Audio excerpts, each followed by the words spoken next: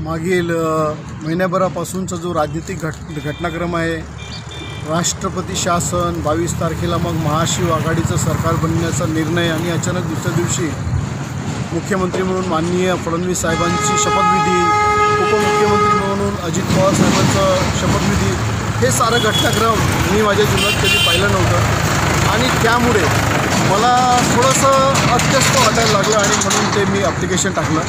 सरकार कोणाचं हो, काही प्रॉब्लेम आहे त्याच्यामध्ये, परंतु जे शेतकरी आता परतीच्या पावसामुळे शेतकऱ्यांचे हाल झाले, त्यांना लवकरात लवकर मोबदला मिळाला पाहिजे. महाराष्ट्रातील जी रोखलेली विकासाची कामे आहेत, विनाअनुदानित शिक्षकांचा प्रश्न आहे, त्या सर्व प्रश्नांना तोडगा लवकरात लवकर सरकारनं काढावं, स्थायी सरकार आम्हाला द्यावं, यासाठी तो मी केलेला प्रयत्न होता.